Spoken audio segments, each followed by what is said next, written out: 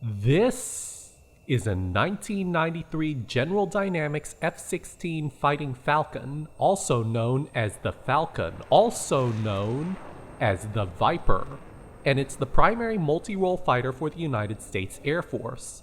The F-16 was cutting edge when it was introduced, and now it's a classic that's been in service for over 40 years.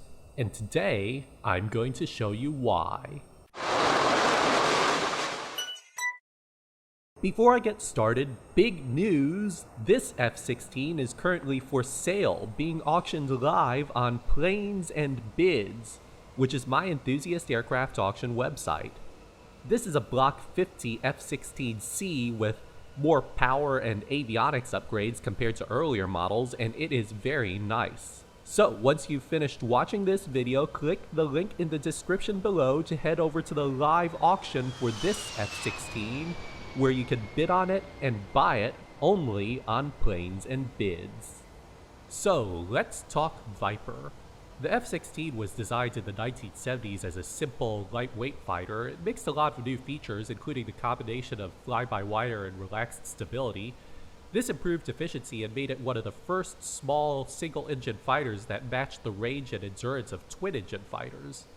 Since then, Lockheed has taken over F-16 production, and it's been upgraded with new engines, sensors, and weapons to keep up with newer aircraft. And today, I'm going to review this one. First, I'll take you on a tour of this F-16 and show you all of its interesting quirks and features, and then I'll get it up in the air and fly it, and then I'll give it a Ded Score.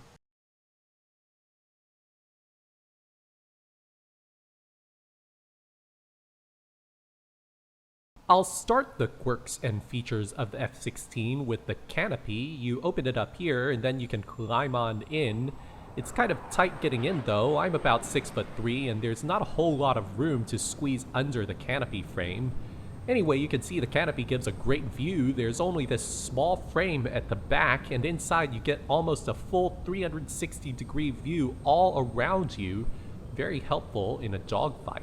But once you're in the F-16, things are a little more comfortable. I said it was cramped getting in, but once inside, there's a bit more room. I'm about 6'4", now I have a decent amount of leg room. That's because the seat is reclined 30 degrees, and this has a couple of benefits. First, like I said, it allows the pilot and seat to fit in the small amount of space available in the F-16. It also has benefits during hard, high G turns. The recline helps reduce those G effects and keep the pilot from blacking out. Moving on to the right side panel of the F-16, this is where you'll find the stick. The F-16 uses this force-sensitive side stick. You can see it here. It barely moves even at full deflection. The idea was that under high G maneuvers, the pilot would barely be able to move, so having the stick at the side and with less movement would make it easier to control during those maneuvers. Controls like this are becoming more common in fighters today, and it all started with the F-16. And over here on the center panel, you can see these two multi-function displays. These have been pretty standard on F-16s for a while, but this Block 50 F-16 has these nice color displays. It doesn't have any color sensor inputs, but at least now you can see the menu text in color.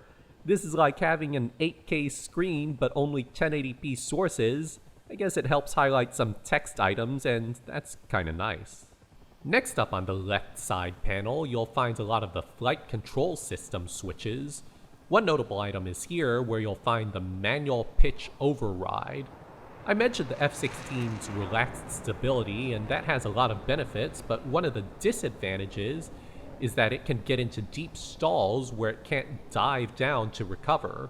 So the manual pitch override gives extra nose down authority, and you can use it to escape from that deep stall condition by rocking the nose down. Also on the left side, under the throttle, you'll find this switch marked Max Power, and you might be wondering what that does. You flip this switch and nothing happens. I have no idea what this switch is here for. I've often commented on blank switches. This one's the opposite. It's a marked switch that doesn't do anything. It's like the engineers just put it there to mock you. They're like, oh, you want more power? Too bad there isn't any. And moving on to the exterior of the F-16, you'll notice it's very small. The F-16 was designed to be as small and light as possible, and the engineers definitely achieved that. The F-16's wingspan is a bit more than 32 feet, about the same as the tail span on an F-14. This is a great choice if you have limited hangar space. One part of the F-16 that is not small, though, is the engine. The F-16 is powered by this General Electric F-110 engine, which produces 29,000 pounds of thrust. This is the same engine core as the F-14 and some newer F-15s, but in this single engine form factor, it looks extra large. GD chose the single engine over a twin engine design to boost range and space efficiency. It's also convenient if you already have some F-110 powered planes. You don't have to shop around as much for spare parts. Next up on the exterior, you can see the F-16 looks very nice. I love all these smooth blended curves. These are supposed to improve airflow and reduce drag. They also add a bit of space for fuel and equipment and make for large, low-stress joints at the wing roots. Lockheed says this helped save about 250 pounds at the main wing joint. F-16s have gained a reputation for airframe reliability over the years, and I suspect this is part of the reason why. One part of the blended wing body here at the front of the wings are these leading edge root extensions, or strakes. These give some extra space like I mentioned earlier. You can see the gun mounted in the left side here. They also help with high angle of attack performance. The strakes generate vortices over the wing during hard turns to prevent stalling. More planes are designed with aerodynamic features like this now, but the F-16 was one of the first. Also here at the front, under the intake, one notable item you'll find are these chin pylons. These are powered and have data connections, so you can mount targeting pods here. I like how these stations are separate from the rest of the weapon hardpoints. That way, you don't have to sacrifice any of your payload to carry a targeting pod, and that's a really nice touch. And over on the back of the wings, you can see the control surfaces. Each wing just has one control surface, one of these flaperons. They can deflect symmetrically like flaps or asymmetrically like ailerons, depending on when they're needed. The controls are automated, so there's no separate flap control in the cockpit. They just automatically deploy with the landing gear. This was a big change when the F-16 came out, and the fly-by-wire system was an important part to coordinate all these different control inputs. And so, those are the quirks and features of the F-16 Viper. Now it's time to get it up in the air and see how it flies. Alright, flying the F-16. These controls look really different, but the stick just takes about a second to get used to, and that's really about it. It's really intuitive to figure out. That acceleration is very impressive, and all the other controls are right at my fingertips. It's really easy to fly fast. Also, just cruising it doesn't need that much power at all, and frankly, I think that's one of the huge benefits as far as efficiency goes. You've got a lot of room to conserve fuel over distance. Some people don't like the idea of fly-by-wire. They think they don't have much control over the plane, but really it adds to the responsiveness. Roll response is just so crisp here. I'm gonna try and turn above corner speed here. Whoa, I was not ready for that. Let's try that again.